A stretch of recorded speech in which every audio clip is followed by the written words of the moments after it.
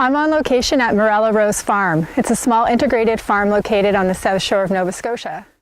This farm produces some of the most amazing real food. Lucky for me, they're also my neighbors. So when it comes time to breed, we swap farm animals, and my family also buys a lot of food from these guys when we don't produce the stuff that we need. So I'm going to hang out with Orrin for a little bit and find out what exactly goes into producing amazing real food.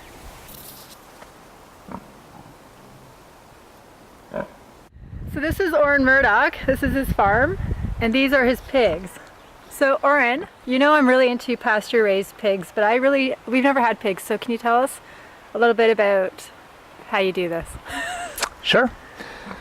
Well, our pigs are currently in the forest. They spend their entire lives outdoors. They don't ever go into a barn. They have a small shed that they go into in the winter, and they eat and live in hay. These are breeding ones right now? Do you keep these guys all the time? Yeah, so there's a sow and a gilt here, which is an unbred female. And basically what we're trying to do is breed generations of pigs that can survive in a very natural setting.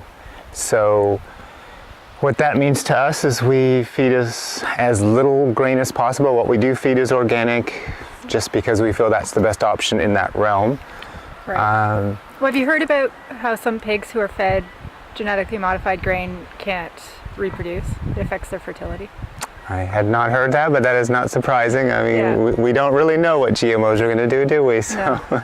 So you have no fertility issues going on here? No, we've been fine there. Yeah. Yeah. So our goal in the future is to get them more onto actual grass, but we're developing our grass here, and so what they're doing in the forest will make grass. Once we move them out of here, when it regrows, it will be grass, and that will be edible food. So it's the direction we're going. Great. So why don't we go look at the piglets? Sure. Are you guys coming out? Yeah, they might not. So for our piglets, for our next generation, if you will, we feel that it's important that they be born here on the farm. And in fact, this is our third generation born here on the farm now, and we'll continue to work that along. Just because we can control all the factors that go into them. A lot of the challenges to farming today is that there's things happening that we don't get told, that when you don't know what to ask for, you don't know they're happening. In a lot of cases, they're really bad things. Right, so if I was to ask you about your piglets, I would say, so where did these piglets come from? Like, how were they born? How did you get them? They were born in a pile of hay over where we were just standing a few minutes ago, so. So you prefer to have pigs from your own farm, piglets? Absolutely, yeah. I mean, like I say, we know what goes into them, where they come from, and they're one more generation that's adapted to our particular place in the world. So. Great. And they're not being very friendly today. They're hiding. They're hiding. So I'm gonna get a shot of them closer so we can all see what they look like. Yeah. Okay.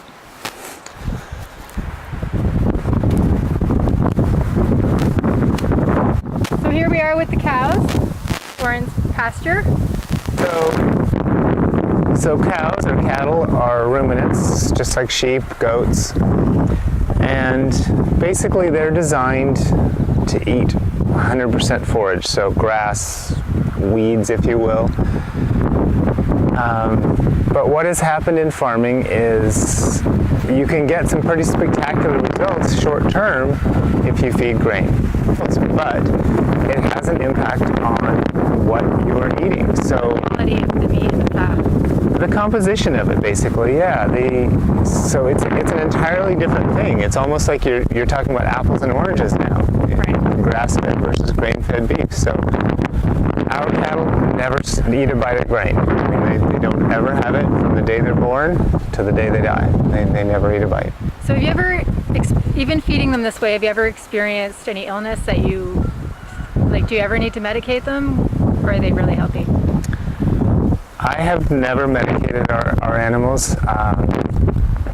It's another decision as a farmer that you have to make is what do you do? In my opinion, we need to provide them with quality feeding environment and then let things go the way they go. So occasionally you will lose an animal, and I don't want antibiotics on the property. I don't want really anything that's going to interfere with just their natural life. They look pretty happy. They are happy today. They've been out on grass for maybe 2 weeks now. It's pretty early in the spring still, so they're pretty thrilled to be off of hay and onto grass. It's the real deal. Yeah. So, I heard you got a dairy cow recently. Is that true? Yeah, we're experimenting with what we can use for dairy on grass. I mean, dairy, maybe even more so than beef, are animals that are bred now to perform on grain. And so we've been trying to find the right fit that will live on our forage and our pastures and actually be able to milk and reproduce.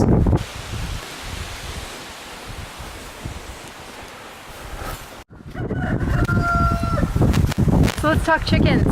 I know we get our meat birds from you a lot of the times, but you don't have any right now. When are they coming? Not yet. They'll be here in a couple of weeks. But you have lots of chickens for eggs. Yeah. So why is it so important to have eggs from hens that are outside? It's almost the same reason with the cattle. It's the variety that they get to put into their diet, bugs, grass. I mean, it's amazing how much grass a chicken will eat. I mean, you would never guess. And if they're stuck in a cage in a windowless building their entire lives, they're not getting that. And why is the green so important? Why are the bugs so important? I don't know if I can answer the why of it. I mean, basically what you're dealing with is a natural foodstuff versus a relatively contrived one. You're dealing with variety.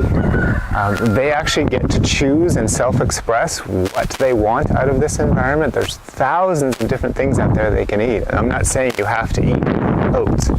I'm saying you can eat anything that's here. Right. Because I've heard even animals, if they're sick, they know which herbs to eat. If they got an upset tummy, like a goat or whatever, they'll go and pick what it is they need, and you can't do that in an artificial environment. Yeah, if they're not given access, or well, honestly, even if they're not allowed to express themselves generation after generation, they unlearn that. Right. So I think it's following a natural model. I mean, obviously, farming is not nature; it is a conservation of people. Yeah. But if we use some of the principles of nature, then it seems to make sense. Yeah. Sort of superior food and happier animals. Yeah. So in terms of chickens, when we do get those chickens, they will be out here in the same place as the cows. The laying chickens, the meat birds, they're all out in the same place as the cows. And we weren't sure how it would work because we are using an industrial chicken. Yeah. They're born industrially, but they do amazing. They move around. They eat. I mean, a meat bird will walk hundreds of yards, which is shocking. That's one thing I really noticed about your chicken is they were firm. You get the chicken from the store, and they're like, even when you take it out of the bag, it just kind of like flops on the counter. They actually had some vitality in them, Which would make sense given the different environments, yeah. Yeah, because a factory farm bird doesn't move around. They're very cooped up. Even organic ones, they're still in very small quarters. They don't get exercise. Sure. And I wasn't sure how that would manifest, whether you would get tougher meat because they're moving around so much, but they're not. We've had people tell us it's the best meat they've ever eaten, and that's wonderful to hear because just because you're putting them into the right environment doesn't mean it's necessarily going to be better. Taste better per se, because the industrial farming is good at producing a volume product that is kind of what we expect as a society. Yeah. So it's a little different, but and even the fat is different. Oh yeah. Like fat from a pastured bird is like yellow, and the ones from the store are white. Sure. And when you make chicken stock, you can really notice the difference. Okay. Well, that would probably be from the vitamin A or the beta carotene in the grasses and things that they're able to pass through to their fat. Yeah. Awesome. This is your vegetable garden? Yeah. This is where most of the vegetables are. What kind of seeds do you use? Are they organic or? Are they genetically modified seeds? No. Most garden seeds are not genetically modified, to be real. We do, whenever possible, source organic seeds. I would say probably 80 to 90% of what we use is either certified organic or it is seed that we save from the farm, which is better in my opinion, just because once again we're another generation that is adapting to our particular spot. Yes. And then we use a lot of heritage seeds or open pollinated, because I do feel that it's important in the long run to be able to use more of our seed, and we'll continue to work toward that. Yeah, it's kind of like master just growing vegetables, and then you can worry about saving seeds, because I find, you know, it's challenging to garden and farm. It's just another layer of things to do, and as each one becomes more familiar, I mean, we're 4.5 years into this now, and you know, each year is a different year and a new experience, but you do get more wisdom, I will say, maybe more so than knowledge, because you can get knowledge out of a book, but wisdom is something that it only comes from experience. Yeah, true. So let's talk fertilizer. That seems to be, for us anyway, it seems like you can never get enough fertilizer. So what kind of stuff do you guys use?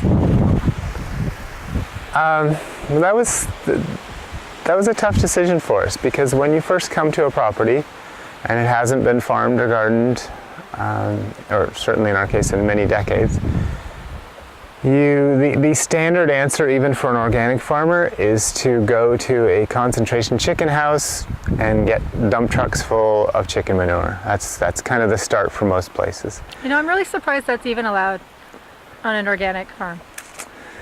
You have to start somewhere. Yeah. And that's the bottom line, is how many layers of certification can you go back? I mean, if you can't source organic manure, you have to use something. That's, or at least. But that's the good thing about getting to know your farmer and actually asking the questions, because then, you know, say there is one guy who has organic fertilizer and one who doesn't, then you know, support the one. I mean, support them all, but if you can choose between one or the other. Yeah, well, you'll decide what's important to you. Yeah.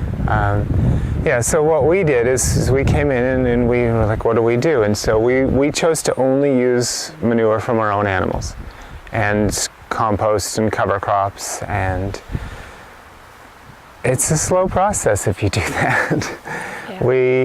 The first couple of years, the garden was pretty meager. It really was. But now we're able to produce a little more compost, and we've done some experimentation with some biodynamic preparations, which effectively, for what we're talking about here, makes it so that you can do more with less volume of a fertilizer product, if you will. But compost is really the key to an organic gardening operation. Well, composting and cover cropping. So actually this second bed over here is a cover crop bed. Okay. And so it's, when you'll save that for next year, or are you going to use it later on in the season? Most likely next year. Right. Yeah. The cover cropping has been around a long time. It's getting some new attention lately because of its ability to build soil. So it's green manure, essentially. Yeah, and what people are doing now is they're changing the scale of it, and they're also changing the diversity of it. So in the past, maybe you would grow oats as a cover crop, and maybe you'd have buckwheat or clover within that. But now people are using 60, 70, I've heard 60 and 70 different varieties of plants within a cover crop bed. So in ours, one bed? Well, a field. Oh, okay. Yeah, within a field. So I mean, all mixed together. Okay. So what we're not at 60 or 70. We honestly can't even source that many plants. Yeah. But I think I probably have 10 or 15 in there now. I've got things like well, there's several different clovers, there's several different cereal grains. You look like there's some sort of mustard there. There's some brassicas in there, which is a mustard. There's some peas, there's some what are called forage turnips, which are something that, forage radishes, which are something that send a deep taproot down. Okay. There's buckwheat in there. There's a few other things. So I mean, we're experimenting with that and just trying to really build the soil that way. And so a quarter of our garden is in cover crops at any given time. Great. Not counting the weeds, which are always here too. Those are cover crops. Well, thanks so much for visiting the farm, and thank you for all your insight and information. Thanks for coming and talking. Yeah. Not just information, it's got wisdom. starting. Yeah. Great. Okay.